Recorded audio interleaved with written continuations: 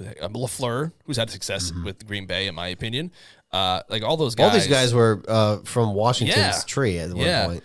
And I just heard today, that same podcast, that Joe Philbin's Dolphins had a ton of guys on the staff. Jason Campbell, Ben Johnson, another guy. Like, it's very similar to that famous Redskins staff. Yeah. So that Shanahan tree, that's what I'm looking at. And if I think Vrabel can come in and kind of steady the ship and get us back to a little bit of respectability, maybe fill the coffers a little bit, not necessarily with money, but with brains, and get the system back up with some assistant coaches who know what they're doing. Because Belichick, we've talked about this before, 1,000,001 of his assistant coaches got hired. We eventually ran dry, and it hasn't been refilled since. So that's what we need. I will say, of the vacancies out there, New England is one of the more attractive ones because you have the quarterback.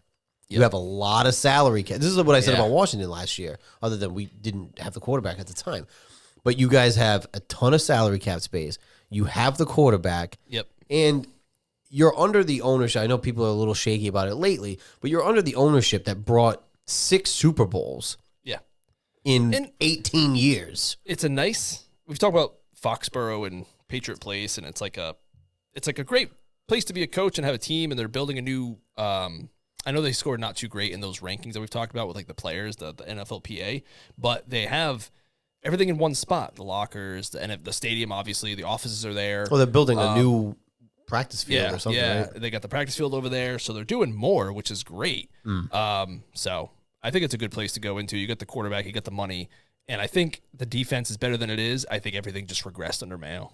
Yeah, I think that's fair. I mean, if you look at, not comparing like Chicago or anything, but if you look at New England versus the Jets or the Saints, I would rather go to New England than either of those teams. Yes. Right now, the Saints they have like, we've talked about this every freaking episode or every year. They're just always negative $1 million in the salary cap. And they just they continue to kick the can down the road. Right. And they continue to suck.